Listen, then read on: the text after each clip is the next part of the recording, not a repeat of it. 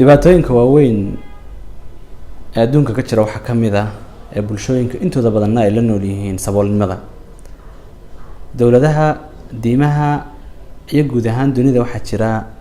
aragtiyo ay ka qabaan ama ay kula tacaalaan la dagaalanka saboolnimada. maxay tahay aragtida diinta islaamku ay ka qabto la dagaalanka iyo tirtiridda ama yareynta saboolnimada, iyadoo la garab dhigayo marka aragtiyaha kale ee dunida kasoo jiray ama hadda ka jira?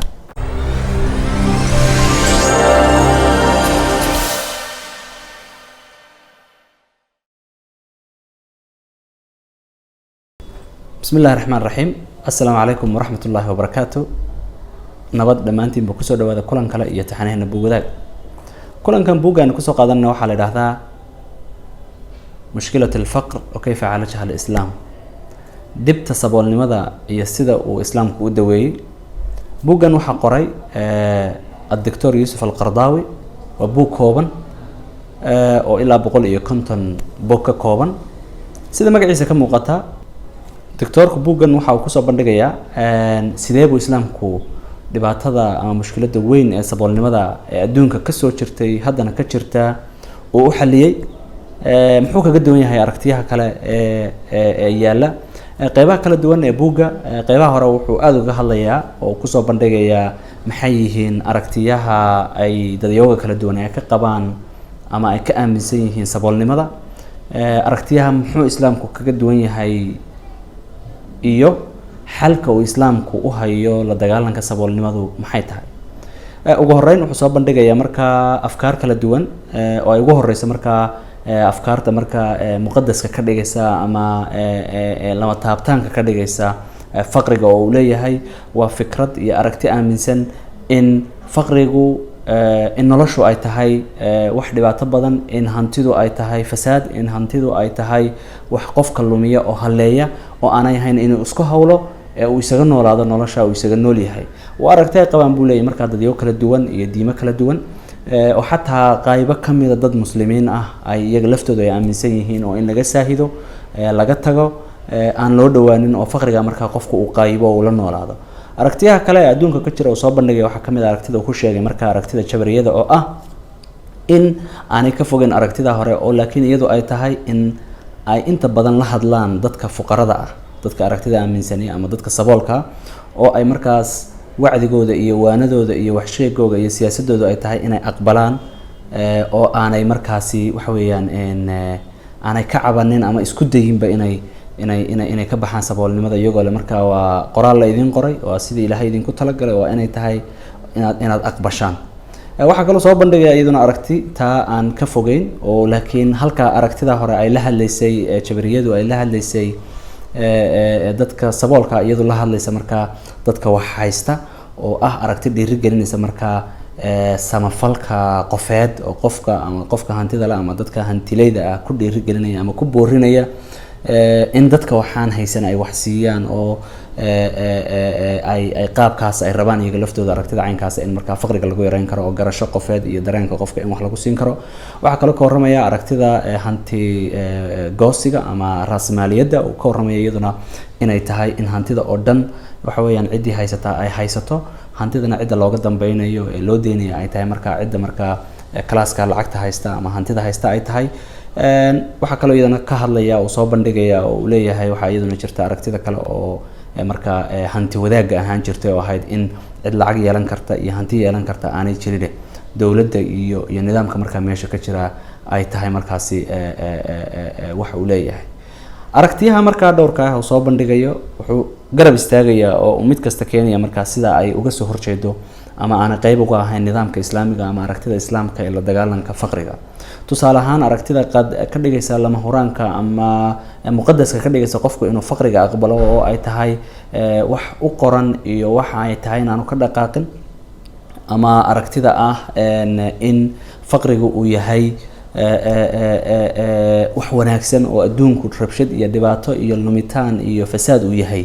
wuxuu leeyahay aragti uu diinta islaamku qabto ama ay qabi karto oo sax ma aha, manay qabin mana aha buu leeyahay sida ku sugan quraanka iyo sunnada rasuulka calayhi salaatu wasalaam.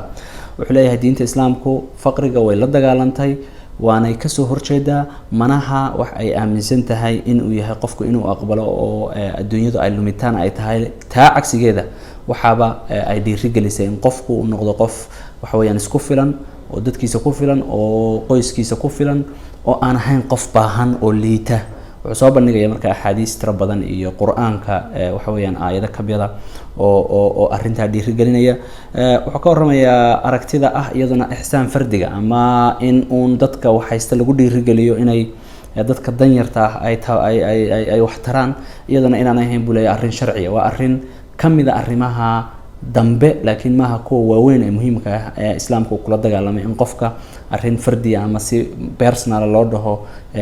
samafal iyo wanaag dartii cid u bixin arrinta raasmaaliyadda uu ka hadlaya oo principleskeeda waaweyn ay ku taagan tahay ama hanti wadaagga wuxuu leeyahay ama hanti goosadka aan dhehe raasamaalka wuxuu leeyahay maaha iyaduna aragti diin islaam qabo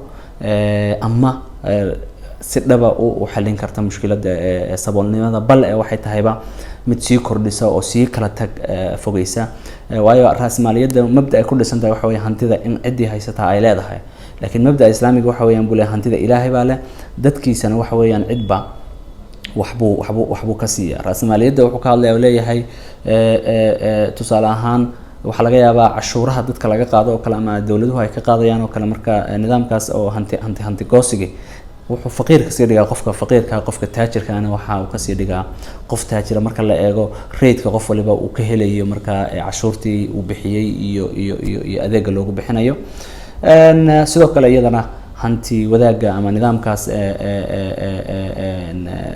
shuuciga inta badan uu ku dhisnaayo hanti wadaagga ah ee ah hantida inay dowladdu yeelato iyada lafteeduna wuxuu yidhi waxay kasoo horjeedaa abuurtii ilaahiga ahayd ee ah in hantida ilaahay uu leeyahay iyo adduunyada dadkana qof waliba nasiibkiisa wixii uu ka qaadayo kartidiisa iyo dadaalkiisa iyo inta uu dalbo ee uu shaqeysto uu helayay bay iyaduna meesha ka saaraysaa waxay samaysaa marka qofkii dadaalayay wax sameynayay iyo kii kale aan sameynin qaybta u dambaysa oo ah qaybta inta badan nuxurka buugga uu ku jiro waxyaalaha uu Dr. Yusuf Al-Qaradawi uu kusoo bandhigay waxaa kamid ah haddaba sidee buu faqriga ama saboolnimada islaamku ula dagaalamay maadaama oo nidaamada hore uu soo sheegay mid walba uu dhaliilo gaar ku sheegay ugu horeyn wuxuu ka warramayaa uu leeyahay qodobka koowaad iyo tallaabada koowaad ee nidaamka islaamka uu kula dagaalamay saboolnimada waxa weeyaan in uu faray oo uu dhiirigeliyay waxa loo yaqaan qof waliba inuu shaqeysto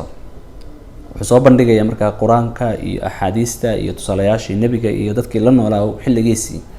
iyo sidii uu nabi maxamed iyo diinta islaamku ay u dhiirigeliso qofku inuu shaqo tago oo loogala dagaalamay loona diiday marka inuu qofku noqdo ama uu yeesho gacan waxa weeyaan hooseysa ama uu dhaho adduunyadan ka waxba ugama baahniyo waxa weeyaan cibaado kaliya ayaan kusoo jeeday sida diinta islaamku ay u reebtay ee u dhiirigelisay qofku inuu shaqeysto wax la soo baxo wax soo saaro buu ka warramaya wuxuu ka warramayaa shaqo tagaas inuu yahay tallaabada ugu weyn ee ugu muhiimsan ee islaamka nidaamkiisa iyo aragtidiisa iyo fikirkiisa uu riixayay ee uu adduunka keenay ay ugu waaweyneen wuxuu ka warramayaa taas inaanay ahayn oo kaliya wax casriga hore ku ekaaye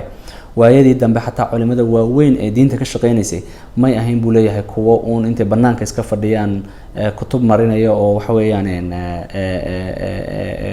la adduunkan ka saahidno fiqi iyo xadiis iyo tawxiid iyo qaybaha kala duwan diinta iyo nolosha kala dhigana laakiin waxay ahaayeen buu kuwo shaqeysta oo xirfado leh oo xillina waxa weeyaan noloshooda adduunyo u shaqeysta xillina waxa weeyaan arrimaha diinta iyo aakhira iyo nolosha kale wixii ka khuseeya waxa weeyaan aan dhigta waxyaalaha kale ee uu kusoo bandhigayo ama tabaha uu islaamka ama nidaamka islaamiga ahi uu la dagaalamay ama meesha rabo inuu uga saaro faqriga waxaa kamid uu leeyahay waxaa kamid ah arrinta mas-uuliyadda bulshada dhexdeeda sida islaamku uu u abuuray oo tusaale ahaan in qofka waalidka ahi ilmihiisa uu mas-uuliyad ka noqdo waa arrin wuxuu leeyahay iyo fikrad diini ah oo diinta islaamku ay boorisay in waalidkiisu markay ka weynaadaan ama aanay kari karin inay shaqeeyaan ama aanay wax soo saari karin inay mas-uuliyadda la saaray ilmihii iyada lafteeduna wuxuu leeyahay waa mid kamid ah qaababka marka isku tiirsanaanta bulshada dhexdeeda iyo wax isku ahaanshaheedu ma aha oo kale uu leeyahay arrin ajar iyo laga helay laakiin waa arrin haddii xataa la sameyn waayo nidaamka iyo diinta islaamku ay cawaaqib iyo punishment uu ka dhalanayo oo ay tahay waajibaadka waxa weeyaan dadka ay saaran tahay taasoo kale waxa kamid ah buu leeyahay dadka ehelka ah isku dhow mas'uuliyadaha iyo isku xidhnaanta sida diinta islaamku ay u boorisay jaarka iyo dadka isku dhow wuxuu leeyahay ma aha oo kaliya arrin ihsaana iyo garasho iyo in qofku uun samafalnimo uu sameeyo waxaas laakiin waa aragti salka ku hayso leeyahay waajibaad diiniya oo hadhowna ay ka dhalanayso cidii fulin weyda marka mas'uuliyad daro isla markaana nidaam kasta oo jira iyo bulsho kasta oo muslin oo meel joogta ay tahay buu leeyahay mid ay dhiirigelisay waxyaalaha kale ee islaamku kula dagaalamay saboolnimada wuxuu ku soo bandhigayaa sakada si aad runtii ugu faahfaahinayo sakada iyo noocyadeeda iyo qaababka bulshada muslimka iyo nidaamka iyo dawladaha muslimka waxa weeyaan markaas ay tahay markaasi inay u fuliyaan yay sakadu ku waajibtay yaa laga qaadaya goorma la siinaya noocyada dadka la siinayo waxaas oo dhan buu ayuu si faahfaahsan uga hadlaya uga waramaya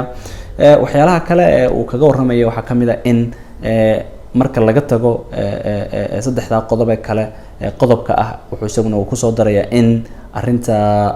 qofka bini aadantinimada iyo dadnimadiisa iyo damiirka iyo ihsaankuna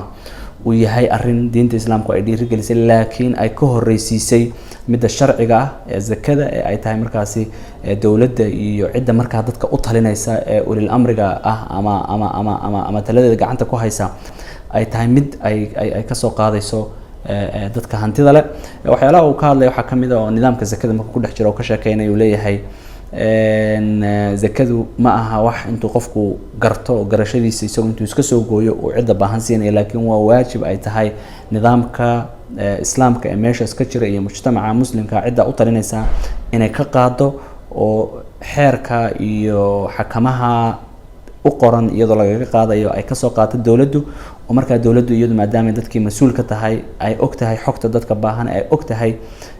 waxa weeyaan meelaha ay tahay in lagu bixiyo ay og tahay in qofka hantida leh aanu isagu intuu iska tago hadduu doono aanu bixin karin ama aanay fiicnaynba in la iska horkeeno qofkii hantida haystay iyo qofkii faqiirka ahaayoo heer qofeed aanay tegin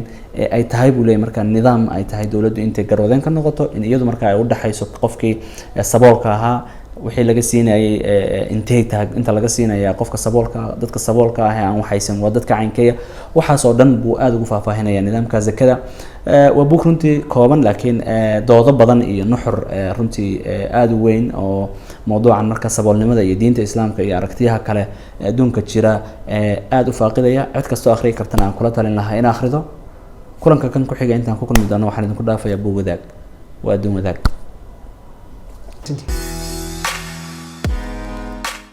hoyga agabka waxbarashada iyo buugaagta ee Hema Books. Hema Books waxaad ka heli kartaa agabka waxbarashada noocyadooda kala gedisan, buugaagta dugsiyada barbaarinta hoose dhexe ilaa sare, agabka shaybaariyada sayniska iyo guud ahaanba buugaagta akhriska guud oo ku qoran Soomaali, Ingiriisi iyo Carabiga. Soo buuqo Hema Books oo baahi tir maskaxdaada.